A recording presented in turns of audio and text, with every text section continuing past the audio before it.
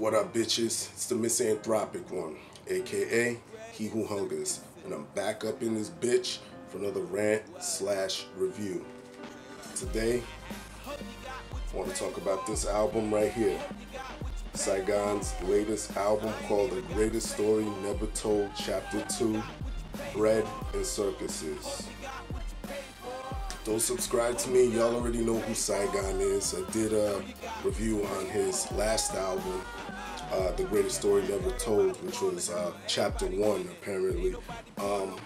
And I love that album. That shit was just fucking phenomenal. And let me tell you, Saigon came back, hit another home run. I fucking love this album. This picked up right where the last one left off. And yeah, I'm gonna get into it. You know, first of all, artwork's kind of basic, you know, has his face on the front, but on the inside, you know, you got kind of revolutionary pictures in there, the black and whites, you know, his face being blurred out, looking like a like an old civil rights or Black Panther stampede, or not stampede, but movement or grouping or whatever. But yeah, just from those images alone, you know it's gonna be some type of dope album with a dope message in it, and he does deliver it again. But let me give some shout outs to the producers who put this album together. You have Shuko,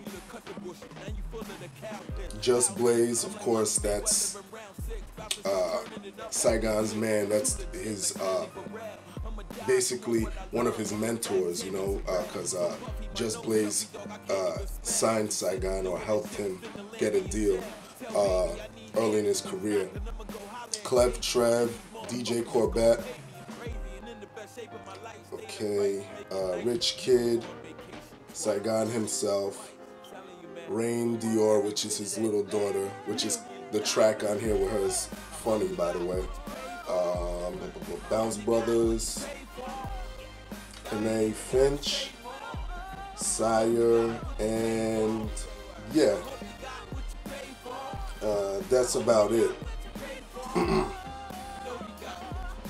Trevor Post, excuse me, and Brian Kennard, who is Saigon. He just puts his name down here a couple times.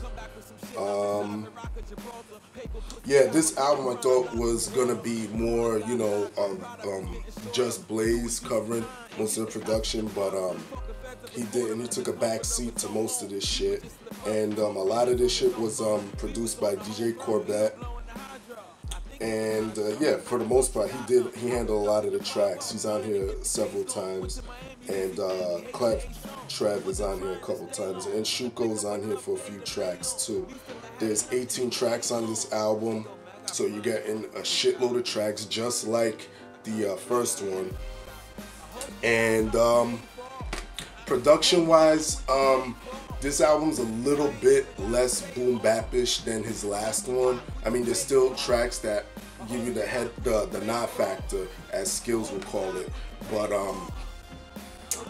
for the most part, it's like a combination of boom bap with like that newer sound. I don't even know how to classify it, but for the most part, it comes off well because Saigon's flows, his rapping, his content meld well with the sounds on here. So production is dope to me on this album. Let me talk about some of the features on here. You got Corbett, or DJ Corbett, Styles P from The Locks, Marsha Ambrosius from Flowetry. You have Adrena Mill, Rain Dior, which I said is Saigon's daughter, Lecrae, G Martin, Tony Collins, Chameleonaire, and Stic.man from Dead Prez. There's a decent amount of features on him, but I'm glad to say that they all fit perfectly. They all do their thing. Saigon knows exactly what he's going for when he's crafting a song, and he got the right people to contribute to this album. And yeah, it's just fucking ill. No problem from the features at all. Let me move on to some of my standout tracks on this album. Now, before I go into the tracks, I just want to say I love the title, Bread and Circuses. You know, at first I was confused, like a bunch of other people, like what the fuck does bread and circuses mean? And I read an interview where Saigon was saying that bread and circuses, he took it from a theory that the Roman Empire had way back in the day when they felt when they wanted to go get their business done, we'll keep all these regular niggas entertained by giving them food and entertainment. So food and entertainment equals bread and circuses. That's his take on it. So shit makes you think, and shout out to Saigon for that, because I was like, what the fuck does that mean? For the longest time since he dropped the title, I didn't know what it fucking meant. But yeah, I'm gonna talk about some of my tracks on here that I like. Starts off with Plant the Seed, What You Pay For. Basically an intro track. Love the way it drags you in. I would have preferred just like a sample-based, you know, intro track. That would have been really perfect for this album. You know, the messages he's trying to convey out here. But anyway, nonetheless, it's still dope. Track 2, Rap Versus Real. Love that track. I think Saigon could have just released that track by itself, like as just a single, just to show that he's still working, because that track, like the title implies, he's making the comparisons about what's in the rap world and what's in the real world. You know what I mean? Like he's saying, I forget the rhyme, but let me paraphrase. Like he says, a bitch dancing on your lap, that's rap. And it says, true life fighting for that appeal, that's real. You know, like, and he's going back and forth with what's in rap and what's real. And a lot of you closed-minded motherfuckers, listen to that track, it'll open your mind. That track is so simple, but yet the message hits like a fucking knockout punch. So check that track out. Not Like Them featuring Styles P, track 4. I believe there's a video for that. I'm not too sure.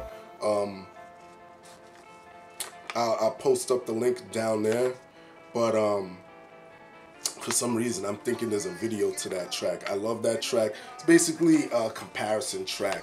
You're not like those gangsters over there. You're not like us who lived the life. You know, that's basically what they're trying to convey in that track. Track 5, Brownsville Girl, great storytelling track. Saigon's talking about how a lot of the old school hip hop had a lot of dope lessons in the music, and then he's talking about a girl who gets caught up in the street life in the hood of Brownsville and shit. So dope fucking track there. One of my favorite tracks on here, track 6, The Game Changer, featuring Marsha Ambrosius from Flowetry. He basically tells his story when he was signed to Atlantic Records, how they felt like he was gonna sell so many fucking albums, and he said, you know, he wanted to do a song with Trey Songz, and they were all happy. They were like, oh yeah, you know, like, oh, we're gonna get a song where he's talking about fucking bitches and shit, but he wanted to make a song about changing the world, you know. And when he came back with that, you know, how apprehensive some of these record labels could be. And he also talks about how he doesn't want to make music unless it has a message in it. And again, that track right there, I love the fact that he does that, and says that he doesn't want to make music without a message in it. And that is something that a lot of you rappers out there need to start doing and following that that gem that Saigon dropped. Another fucking dope track on here is track 7, Blown Away. Dope concept track where Saigon is talking about prominent leaders or prominent people in society who, you know, tried to make changes for the most part and ended up getting shot, you know. like Tupac, JFK, Marvin Gaye, Abraham Lincoln, Martin Luther King. You know, he's talking about how they got blown away, basically, after they, you know, made their change for the world. What else? When Will You Love Me, featuring Adrena Mill. Dope track again. He's talking about regrets after shit is too late. You know, you have regrets. You know, you might have not said something to somebody you love or somebody you care about, and then it's too late. Saigon's talking about himself, him dying himself, and him possibly being revered after his death. That's another track I like. Let's see, let's move on to Best Thing I Found, featuring Lecrae and Corbett. Basically, you know, with Lecrae on the track, you know, it's about faith. That dude ain't gonna rap about nothing else, but let me tell you, I'm gonna be checking for him because he came on this track and he laid it down. He fucking killed it. So I never was a big Lecrae guy because I'm not really into the whole Christian rap stuff, but you know, I think he with his last release, I heard that he just got a little bit broad with it. He broadened his horizons, so I'm definitely gonna be checking for that motherfucker. Track 11, Relay Friendship. That one I feel I could do a totally separate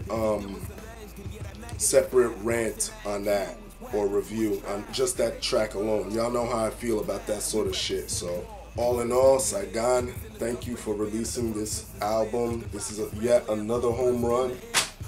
MCs, that's how you do it.